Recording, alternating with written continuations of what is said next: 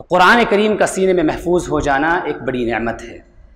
लेकिन उसके बाद का जो मरहला है उस मरहले पर गुफ्तगू हो चुकी है, लेकिन मैं कुछ बातें अर्ज़ करता हूँ कि कुरान करीम याद हो गया।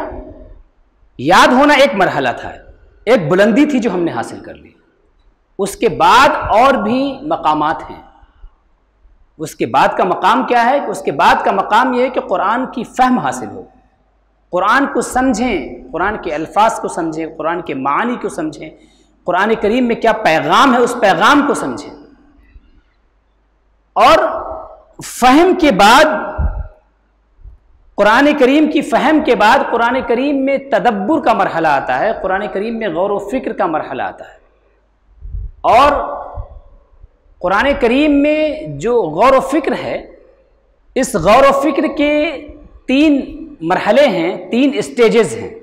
तदब्बुर का मतलब क्या है कि कुरान करीम के अल्फाज, उसके मानी हमको मालूम हो गए। कुरान करीम की कोई आयत हमने पढ़ी, उसका तर्जमा हमें मालूम हो गया, उसकी तफसीर मुझे मालूम हो गई, ये फ़हम हुआ। और इसके बाद तदब्बुर ये है, तदब्बुर में पहला मरहला ये है कि इंसान गौर व फिक्र करे। तो गौर व फिक्र में पहली चीज़ ये है कि इंसान जिस आयत करीमा की तिलावत कर रहा है उस आयत करीमा को अपने हाल पर मुंतबिक करने की कोशिश करे।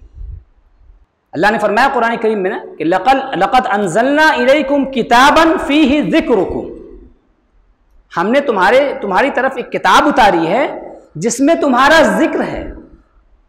तुम्हारा जिक्र के कई मानी हैं, उसकी कई तफसीरें हैं, लेकिन एक माना यह है कि तुम उस आयत करीमा को पढ़ने के बाद अपने हाल को जब उस आयत करीमा पर मुंतबिक करोगे तो उससे तुमको अल्लाह तबारक व तआला का एक जिक्र हासिल होगा और तुम्हें मालूम होगा कि यह आयत करीमा तुमको क्या कह रही है, तुमसे किस तरह मुखातब है। क्योंकि जाहिर सी बात है कि हर आयत करीम, अमूमन जो आयत करीमा हैं उनका कोई ना कोई शान नुज़ूल है, किसी पस मंज़र में, किसी बैकग्राउंड में वो आयत नाजिल हुई है।